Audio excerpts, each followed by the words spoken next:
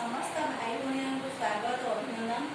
यही कायांश विषय हूँ पंचमहाभूतर परिचय क्रियाकलाप है पवनर अनुभव। अच्छा पिलाने पवन को देखीच आम पवन को देखने कि अनुभव करचे जिते जोरे पवन हो गछपत्र हलुची जोरे पवन हो घर द्वार हलुची आम तापर नाकरू निश्वास प्रश्वास नौचे हाथ में आम टुकुरा कागज रखी पाटी द्वारा फुंकीदे पवन मेरे से उड़ी जापर आम आउ गोटे नुआ जिन करवा देख ये हूँ गोटे कागज गोटे सादा कागज रे आम पंखा या पंखा आम पवनर अनुभव जाना देख एमती भाव पंखा आम या पंखा कला बेले निजे ध्यान दबा आम केमी पंखा को तैयारी करुचे।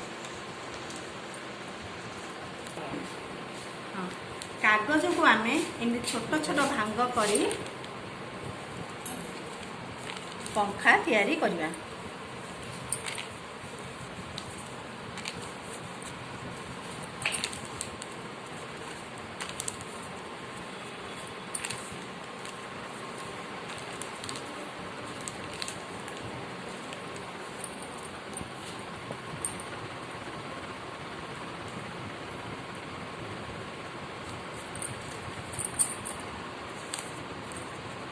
देख पिला माने यही भाव पंखा आम तैयारी एमती निजे बिंजा केमती लगुच पवन अनुभव करते ना पवन लगुच ना ठंडा लगुच आम देह को निजे कागज तैयारी निजे निजे पंखा द्वारा निजे हाथ में बिंचिले निजे पवनर अनुभव जापारे।